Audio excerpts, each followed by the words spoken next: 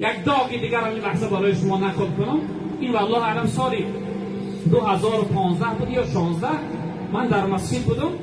یک برادری از برادرهای همسایه شهر ما، نام ملتشو نمیگم به خاطر احترام شد، نزدم آمد، در مسجد بودم، آمد صحبت کرده نمیتوانست و سخنهاش میچسبیده. او شخصیت دوبار اینسولت شده بوده، دوبار اینسولت شده، این سکته دیر شده یا در سرش یعنی فشار زده. وقتی صحبت میکرد سخنهاش میچسبیده. بعد از اون تو برادر تو آرامانه صحبت کن، هر مشکلی داشته باشه، اگر یک مسئله دینی باشه ما حل میکنیم، اگر یک یادم در کار باشه الحمدلله تو کلانترها هستن ان شاء الله مشکلی حل میکنیم. ایسا صحبت کن. او شخصیت رو حضرت اون بخشیش من در زندگی اون دوبار اینسولت شده. خواب تو بفرما و حضرت او دو فرزندی من در همینجا کلان شدگی هستن. هر دی اونها دانشگاه میخوانند. یکی از اونها بود در ساحه طبی میخوانند، دیگرش یعنی نمیدونم کدوم ساحه دیگه میخوانه بود، از یادم برفت. و حضرت این شخصیت ها قطعی از جای ما زندگی میکردیم در خانه زندگی میکردیم. یک روز پسرم نزدم آمد گفت که پدر گفت شما ما را خلل میرسانید، ما نمیتوانیم که وظیفه خانگیمون را به جا بیاریم، برای ما یعنی خانه علاقیده جدا کنیم، یعنی کوارتیر ما سنیمت کنیم تا اینکه به حال خودمون باشیم درسامون را تیار کنیم.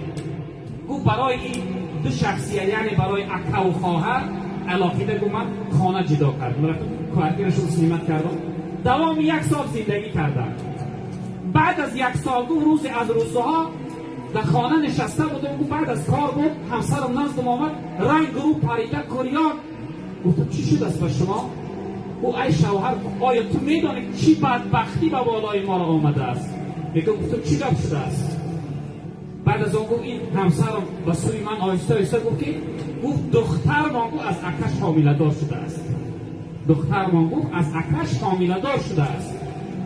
و همین لحظه دیگر چیزی یاد ندارم، در زمین افتادم. بود یکم بار اینسولت شدم همون بود. دیگه بارش تو وقتی که خواستم که خودکشی کنم، رفتم خواستم خود یعنی به من آویزان کنم، کشال کنم، همون لحظه من از افتادم دیگه یاد ندارم. دیگه بارش هم حالت بود.